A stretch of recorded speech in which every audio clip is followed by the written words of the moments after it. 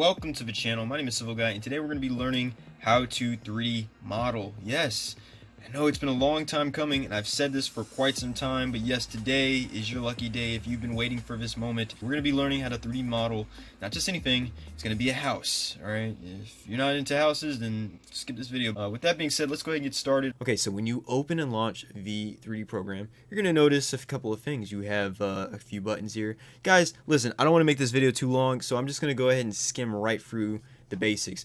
Just click on New Scene, okay? That's all you have to do. You're going to start with an empty slate. You're going to see nothing but blank space. And I don't even know if your screen's going to look like this. Perhaps it might be in, what, is this the default? This is probably the default for me because I'm in dark mode Windows. Your screen might be a little white. I like working with a darker screen because it's easier on the eyes. I'm going to click on the Insert button. The Insert button allows you to pick an assortment of shapes and sizes and whatever. I'm going to click the cube. Guess what? The cube is green. But we're designing this for the 3D printer, so it doesn't matter what color the shape is right now. You can always change it later on, but we're gonna just go ahead and start working on this house like I said. So I'm gonna first start out by clicking this little cross button right here. It's known as the scaling feature, and I can scale this up proportionately, or I can do it based on what size I pick or what side I pick. I can go this way, I can go this way with it, I can even go up with it. So I want to make this a relatively simple home, so I'm gonna stretch it out this way, I'm gonna stretch it out that way, and so we're working with something nice here. I'm also going to copy and paste this object because I want to extend it a little bit. I want to add a little garage, I guess, and later on we'll add some dormers. So what you do to copy this is you can go up to Edit, and you can click on no, I'm sorry, don't click on Edit, click on Object, and you can click Duplicate. Now you can do it the old-fashioned way, hit Control C and Control V on the object that you have selected. That works too, but you know, if you want to duplicate it, you can just duplicate it. I'm gonna rotate this, and you just noticed I clicked on this button right here. It's called the Rotate button. I can rotate it along either one of these axes, and in case you didn't know, or if you didn't go to school yet and you haven't learned this thing yet, there's three different axes. You have the Z-axis, the Y-axis, and the X-axis, and they're not in any specific order. Depending on what software you're using, the Z-axis might be going up, or the Z-axis might actually be registering as depth. In this program, I think the Z-axis is going up. Anyway, that's too much information.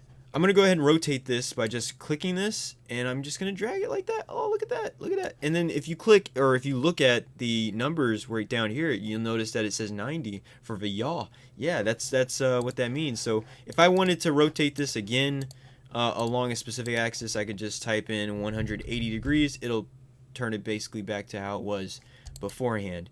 But 90 degrees, I'm going to stick it to 90 degrees because, like I said, I want to make this a little garage here. So I'm going to drag this out here just like that. Alright, yeah, our house is looking pretty nice. It's looking pretty nice. So right now at this stage, what I'm going to do is add the roof. So let's go ahead and insert a, what should we pick? Should we pick a pyramid? No, let's do a wedge. Alright, so as you can tell, the wedge is like literally wedged in between both of our boxes. So how do we move this wedge? The first button, I didn't even discuss this. This is the move button.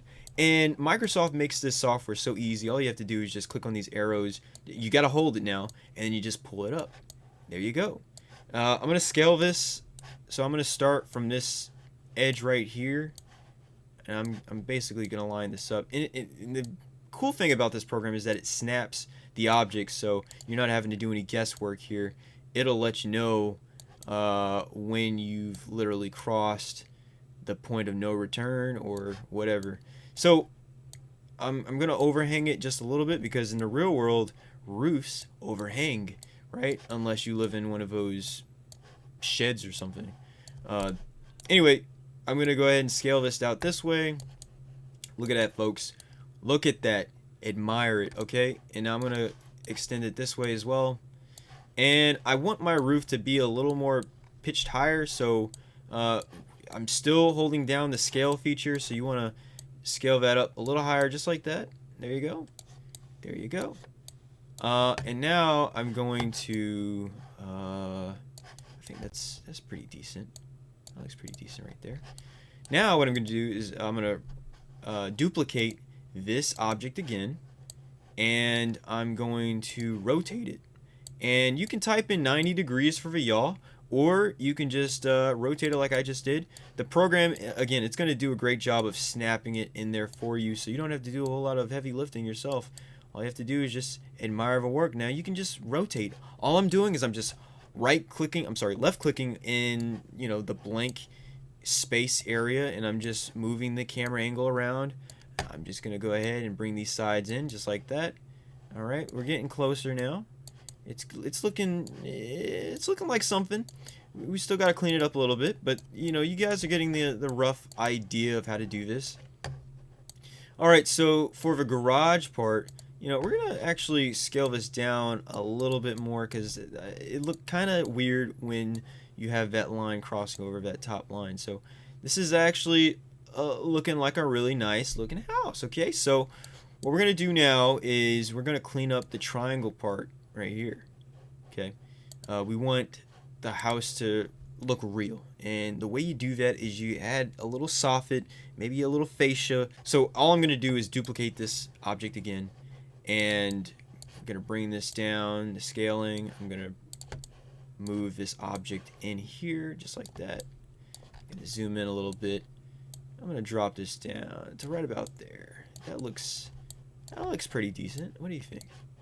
All right, I'm gonna add the scaling again along that axis, and I think that's good right there. And I'm gonna do this for all the other sides too. I wanted to maintain a standard, so what I'm gonna do is I duplicated that.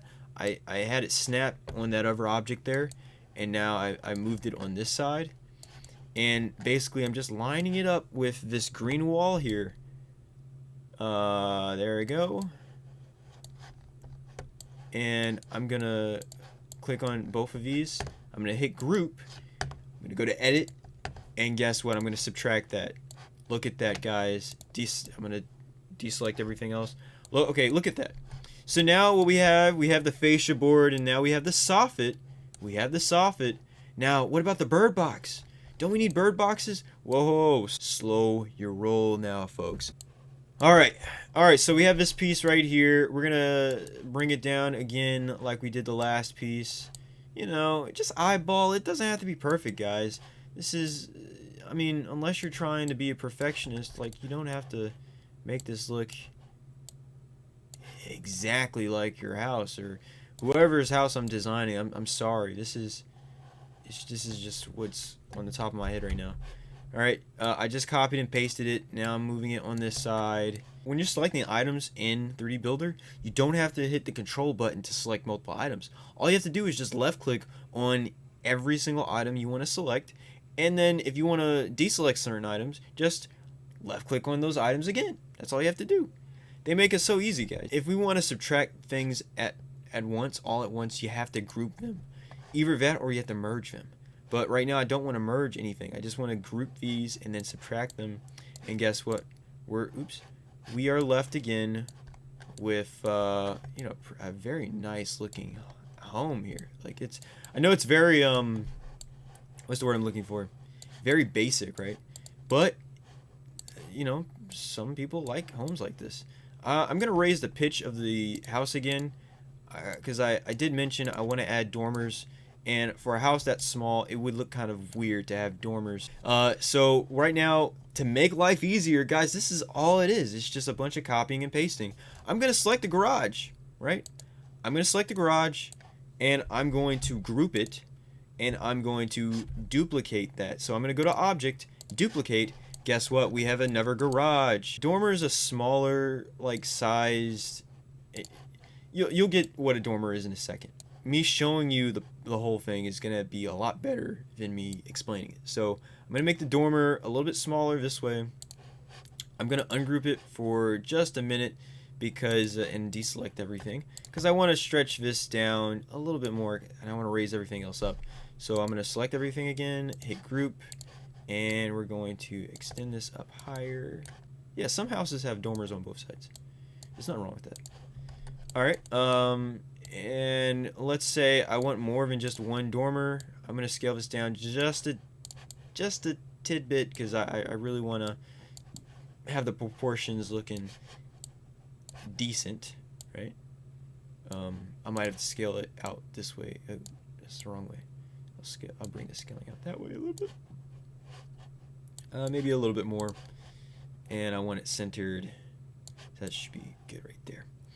All right, now we're gonna duplicate this. All right, we gotta drag it that way. All right. So our house is looking pretty snazzy. We got the dormers. Now, guess what we gotta do? We gotta cut out some windows and a door and perhaps a garage. These would be great things to have on our house. So we're gonna hit insert. We're gonna click on like cube again.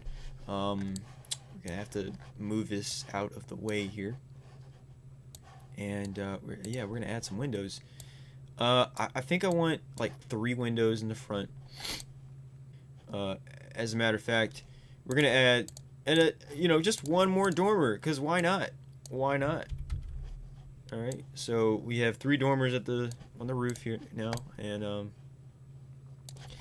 and we're gonna take this window here and we're gonna line it up. I don't know how long this thing is. Oh, I've gone on for 15 minutes, guys. This is a long video. I'm gonna put that right there. Look at that. All right, I'm gonna bring these up to the, oops. I basically just duplicated these again. I'm gonna bring them up higher so we can cut through the dormers as well. And we're gonna do the same. Guys, this is so easy. It's not rocket science. All you gotta do is play around with the program and you'll figure it out. All right, so right now I'm just gonna select everything and I'm just gonna hit group and I'm gonna hit edit, subtract, and now we have little cutouts, right? And that's not all. We got to do some other stuff as well.